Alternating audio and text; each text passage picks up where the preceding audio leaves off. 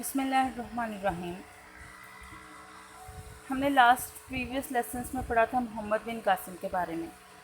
712 میں آپ نے سندھ فتح کیا اور بر صغیر پاک و ہند میں اسلام کی داغ بیل ڈالی۔ اس کے بعد اور مختلف لوگ نے بر صغیر پر ہند میں حکومت کی۔ سلطان محمد سبکتگین، سب سے پہلے ہم بات کرتے ہیں غزنوی خاندان کی۔ غزنوی خاندان نے 961 سے 1186 تک بر صغیر پر حکومت کی۔ محمود غزنوی نے ہندوستان پر 17 حملے کیے 1000 سے 1027 تک۔ اس کے بعد اس نے 997 میں وہ تخت نشین ہوا۔ 1026 میں سومناتھ فتح کیا اور 30 اپریل 1030 میں ملیریا سے اس نے وفات پائی۔ سلطان محمود سبکتگین کا بڑا بیٹا تھا۔ یہاں پہ تھوڑی سی مسٹیک ہے کہ 1 نومبر کو ہی پیدا ہوا اور 1 نومبر 971 کو پیدا ہوا اور 971 کو تخت نشین ہوا۔ یہاں پہ ہے کہ وہ 971 میں پیدا ہوا اور 997 میں تخت نشین ہوا۔ ٹھیک ہے، اس کو صحیح کر لیں گے آپ۔ محمود غزنوی نے ہندوستان پر 17 حملے کیے۔ مشہور مورخ الفتن کے قول اس کے حملوں کا مقصد شہرت اور حصول دولت اور ملک گیری کی خواہش تھا، حالانکہ یہ درست نہیں تھا۔ تاریخ فرشتے کے مطابق اس کی مارکہ ریوں کا مقصد اسلام کا پھیلاؤ اور انصاف کی فراہمی اور ظلم ستم کا خاتمہ تھا۔ اس کی بہادری اور جرأت کا یہ عالم تھا کہ میدان جنگ میں سیلاب کی مانند بڑھتا جاتا اور کسی بلندی اور پستی کو خاطے میں نہ لاتا تھا۔ دور دور تک اس کے انصاف کا بول بالا تھا۔ اپنے 14 حملے میں اس نے پنجاب کو فتح کیا، پنجاب کا الحاق غزنی کے ساتھ کیا، لاہور کو پنجاب کا دارالحکومت قرار دے کر اسی گورنری اپنے پسندیدہ غلام ایاز کے سپرد کی۔ محمود غزنوی نے اپنے 16ویں حملے میں 1026 میں سومناتھ کو فتح کیا۔ سومناتھ کے بت کو بچانے کے لیے برہمنوں نے محمود غزنوی کو بھاری مال و زر کی پیش کی، لیکن اس نے یہ کہہ کر ٹھکرا دی کہ میں بت شکن ہوں، بت فروش نہیں۔ اور 17ویں حملے میں سندھ میں ملیریا میں مبتلا ہوا۔ 30 اپریل 1030 کو اس نے وفات پائی۔ اس کے بعد غوری خاندان۔ شہاب الدین محمد غوری نائب سلطنت تھا، لیکن بادشاہ غیاث الدین نے جو اس کا بھائی تھا تمام امور سلطنت شہاب الدین کے سپرد کر دیے تھے۔ اس کا اصل نام معز الدین محمد بن سام تھا۔ اس نے برصغیر پر 11 حملے کیے۔ اس کا مقصد برصغیر کو اسلامی مملکت بنانا تھا۔ 1175 میں ملتان اور اودھ شریف، 1180 میں پشاور، 1182 میں لاہور اور 11 میں فتح کر لیا۔ 1191 میں اس نے دہلی پر حملہ کیا، لیکن تراوڑی کے میدان میں پرتھوی راج کی کیونکہ اس کی فوج بہت زیادہ تھی تو اس شکست کھائی تھی۔ 1192 میں اس نے دوبارہ دہلی پر حملہ کیا، تراوڑی یا ترائن کے میدان میں پرتھوی راج کو شکست دی۔ 1230 اس کے بعد 1203 میں سلطان غیاث الدین غوری کی وفات کے بعد شہاب الدین غوری سلطان بنا۔ 1206 میں پشاور اور ملتان کے درمیان علاقے میں کھوکھروں کی سرکوبی کی مہم سے واپسی پر دریا جہلم کے کنارے خیمہ زن تھا کہ رات کی تاریکی میں غیر مسلم کھوکھروں نے خیموں میں گھس کر سلطان کو شہید کر دیا۔ اس کے بعد خاندان غلاموں کے خاندان کی اسے مقدس سلاطین بھی کہتے ہیں۔ اس میں کافی 1206 سے 1526 تک مغلوں کی سلطنت سے پہلے کا دور تھا۔ 1206 میں شہاب الدین غوری کے وفات کے بعد اس کا ترک غلام قطب الدین ایبک شمالی ہند کا حکمران بنا۔ اس نے دہلی کو دارالحکومت بنایا، 20 سال ہند پر حکومت کی۔ 4 نومبر 1210 لاہور میں پولو کھیلتے ہوئے اس نے وفات پائی۔ خاندان غلامہ میں اس کے شہاب الدین غوری کے بعد غزنی کا حکمران تاج الدین یلدوز بن گیا، سندھ کا حکمران ناصر الدین کا بادشاہ بن گیا۔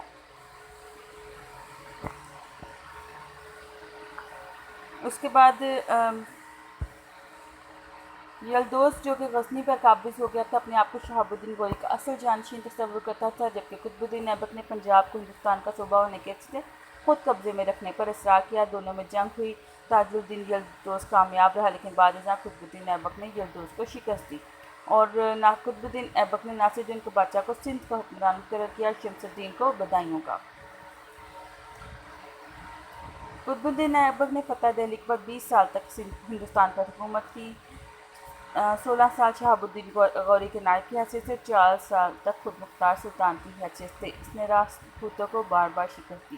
اور یہ 4 نومبر 2010 لکھا ہے، اس کو آپ لوگوں نے ٹھیک کر لینا ہے۔ اس نے وفات پائی تھی 1210 میں، 1210 میں لاہور میں پولو کھیلتے تھے۔ اس کے بعد یہاں پہ آپ تھوڑا سا بیچ میں ایڈیشن کریں گے۔ خاندان غلامہ کے بعد سلطان خلجی خاندان نے حکومت کی 1290 سے 1320 تک۔ سلطان علاؤ الدین خلجی نے عوامی حکومت قائم کی اور ترک و ہند کا امتیاز کا خاتمہ کر دیا۔ وہ ایک بہادر جنرل تھا اور لوگوں نے اس کو بہت پسند کیا۔ اس کے بعد خاندان تغلق آیا 1320 سے 1412 تک۔ غیاث الدین تغلق نے بھی ایک مشفقانہ حکومت قائم کی، دین میں اسلامی تہذیب کا فروغ دیا۔ پھر اس کے بعد خاندان سادات آیا۔ ملتان کا گورنر خضر خان تھا۔ اس نے 1414 میں اس خاندان نے سادات کی بنیاد رکھی اور 37 برس تک اس نے ہند پر حکومت کی۔ دین لودھی خاندان، اس نے 1451 سے 1526 تک حکومت کی۔ بہلول لودھی، اس میں 3 حکمران آئے تھے، بہلول لودھی، سکندر لودھی اور ابراہیم لودھی۔ بہلول لودھی کا زمانہ 38 برس تک رہا۔ اس کے دور میں امن اور خوشحالی کا دورہ تھا۔ سکندر لودھی نے 23 برس تک حکومت کی اور عوام کی خوشحالی کے لیے بہت سے کام کیے۔ ابراہیم لودھی نالائق سلطان تھا اور اس نے ترکوں کے مغلیہ سلطنت کے ہاتھوں ظہیر الدین بابر کے ہاتھوں 1526 میں شکست کھائی۔ ظہیر الدین بابر 1526 میں، یہاں پہ آپ کو کوشچن آ سکتا ہے شارٹ، مغلیہ سلطنت کی بنیاد کب رکھی گئی؟ 1526 میں۔ ظہیر الدین بابر، اس کا بیٹا ہمایوں تھا، اس کو بیک وقت راجپوتوں اور افغانوں سے لڑائی کرنی پڑی۔ افغان کے بادشاہ شیر شاہ سوری نے اس کو ایران کی طرف دھکیل دیا اور شیر شاہ سوری نے 5 سال تک حکومت کی اور پھر وفات پائی۔ اس کی وفات کے بعد ہمایوں نے پھر 10 سال تک ہند پر حکومت کی اور اس کے بعد اکبر اعظم، اور آپ جانتے ہیں 1857 تک مغلوں کی حکومت قائم رہی۔ سب سے آخری بادشاہ بہادر شاہ ظفر تھا، جس کو پھر انہوں نے رنگون کے مقام پر انگریزوں نے جلا وطن کر دیا۔ اب ہم بات کرتے ہیں ہندوستانی مسلم تحریکوں کی۔ آپ نے یہ پوائنٹس خود ہی شارٹ کرنا ہے، اپنے حساب سے بہت لینتھی نہیں لکھنا ہے۔ شیخ احمد سرہندی، حضرت مجدد علی ثانی، تحریکیں چلائی گئیں بہت سے، ان کے علاوہ بھی ہند میں اسلام کی اشاعت کے لیے مسلم تحریکیں چلائی گئیں۔ سب سے پہلے ہم بات کریں گے مختصر حالات زندگی کے بارے میں۔ حضرت مجدد علی ثانی 14 شوال 971 ہجری بمطابق 26 جون 1564 سرہند کے مقام پر پیدا ہوئے۔ آپ کا نام احمد، لقب بدر الدین اور کنیت ابو البرکات تھی۔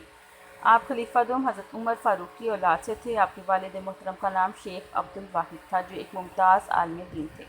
آپ نے ابتدائی تعلیم اپنے والد اور سرہند کے دوسرے علماء سے حاصل کی، پھر آپ سیالکوٹ تشریف لے آئے۔ بہت زیادہ ڈیٹیل میں نہیں جائیں، اس کو شارٹ کریں گے۔ اس کے بعد آپ نے 1599 میں آپ دہلی میں حضرت خواجہ محمد باقی اللہ کے مرید ہوئے اور دعوت دین میں مصروف ہوئے۔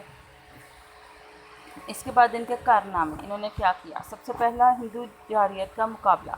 حضرت مجدد علی ثانی کے دور میں مغل اعظم اکبر کی مذہبی پالیسی، اکبر نے ایک مذہبی پالیسی بنائی تھی جس میں ہندوؤں میں احیائیت مذہب کی تحریک زوروں پر تھی، جس سے باغیرت مسلمانوں کے جذبہ ایمانی کو شدید ٹھیس پہنچی۔ مثلاً متھرا کے ایک برہمن نے مسجد کی اینٹ پتھر کو مقدر کے لیے استعمال کیا اور مسلمان مالک کی مزاحمت پر شان رسالت میں گستاخی کی۔ صدر الصدور نے سجدہ موتی تو دربار اکبری میں ہنگامہ برپا ہو گیا۔ اپنے ایک مکتوب میں شیخ احمد لکھتے ہیں کہ تھانیس میں کفار بے تحاشا مسجدوں کو گرا کر مندر تعمیر کرتے تھے، چنانچہ تھانیس میں ایک مسجد اور ایک بزرگ کا مقبرہ تھا، اس کو گرا کر اس کی جگہ مندر بنایا جائے۔ نیز کفار اپنی رسموں کو کھلم کھلا بجا لا رہے تھے۔ مسلمان اکثر اسلامی احکام جاری کرنے سے عاجز تھے۔ اکاوشی کے دن ہندو کھانا ترک کرتے تھے اور کوشش کرتے کہ مسلمان بھی اس دن روٹی نہ پکائے اور بیچے، جبکہ رمضان کے مہینے میں سرے عام پکاتے اور بیچتے تھے۔ اس کو بھی آپ نے بالکل شارٹ کر لینا ہے۔ ہندو جارحیت کا مقابلہ کیا انہوں نے۔ اکبر کی مذہبی پالیسی کی مخالفت۔ جلال الدین اکبر ان پڑھ شخص تھا۔ اس نے ابو الفضل فیضی جیسے مشیروں، جماعت خانہ کی بحثوں اور ہندو رانیوں سے متاثر ہو کر، اس نے ہندو رانیاں تھیں، اس نے ہندوؤں سے شادی کی تھی، ان سے متاثر ہو کر 1582 میں ایک نیا مذہب دین الہی کا اجرا کیا تھا۔ اس نے اپنی حکومت کو مستحکم رکھنے کے لیے صلح کل کی پالیسی اختیار کی، ہندوستان کو ایک سیکولر ریاست بنا دیا اور دین الہی کی روح سے بادشاہ کو سجدہ تعظیمی، آتش اور آفتاب پرستی شروع ہو گئی۔ واقعہ معراج اور ارکان اسلام کا مذاق اڑایا گیا۔ ذبیح گائے یعنی گائے کو ذبح کرنے کو بھی منع کر دیا گیا۔ بادشاہ ہندوؤں کی طرح زردار پہنتا اور ہندو رسموں میں بھی حصہ لینا شروع کر دیا۔